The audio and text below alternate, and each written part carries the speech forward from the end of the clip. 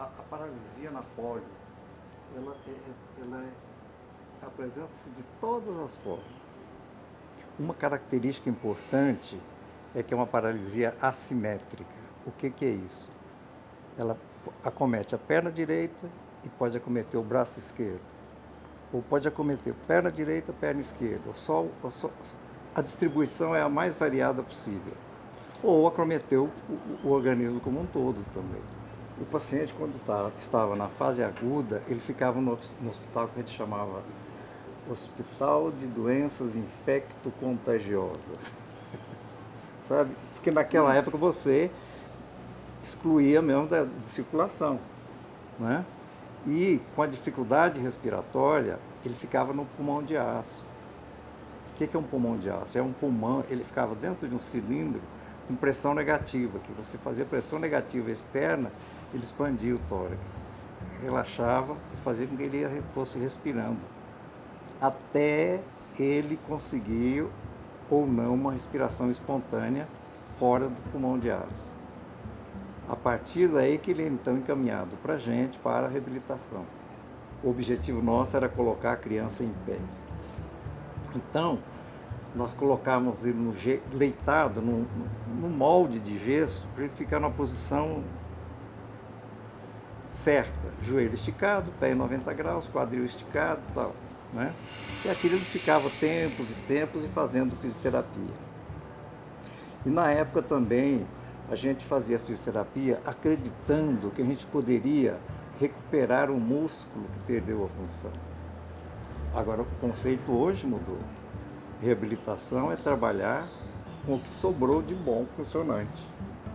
Entendeu? Então eu acho que o esforço que nós fazíamos antes era um negócio assim, um túnel que não chegou no final, ainda a gente estava lá dentro buscando coisas.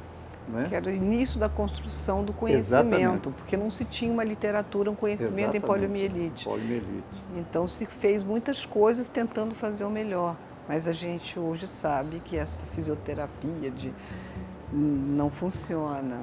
Sim, os aparelhos ortopédicos é um negócio pesado, enorme, confeccionado em aço inox e couro. Depois veio o plástico que você foi moldando, foi ficando e o alumínio.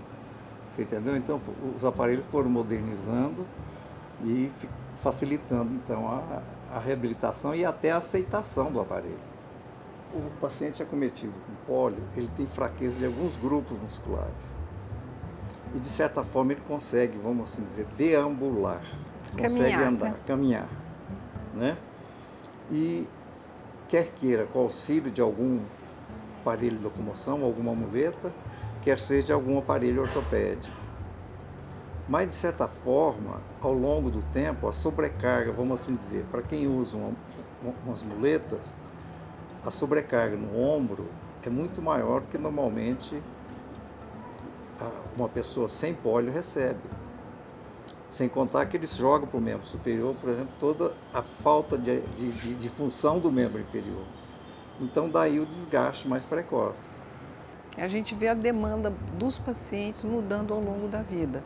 Nós acompanhamos esses pacientes quando eram crianças lá atrás, a equipe que estava aqui inicialmente, e continuamos hoje atendendo essas pessoas que têm 40, 50, 60, 70 anos, e as demandas vão mudando no tempo, então, e precisa de uma equipe interdisciplinar.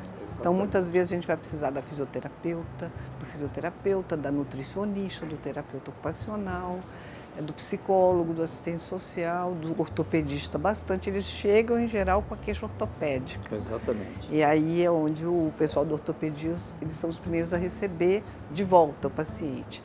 E aí eles falam, bom, mas para resolver isso aqui precisamos da nutricionista, porque estamos com sobrepeso. Isso aqui a gente vai conversar com a psicóloga e aí a equipe se organiza, vai precisar fazer uma adaptação nova. Às vezes a pessoa usa um tipo de auxílio locomoção e com o envelhecimento, ela precisa de mudar o tipo de auxílio locomoção, porque ela está buscando um conforto maior.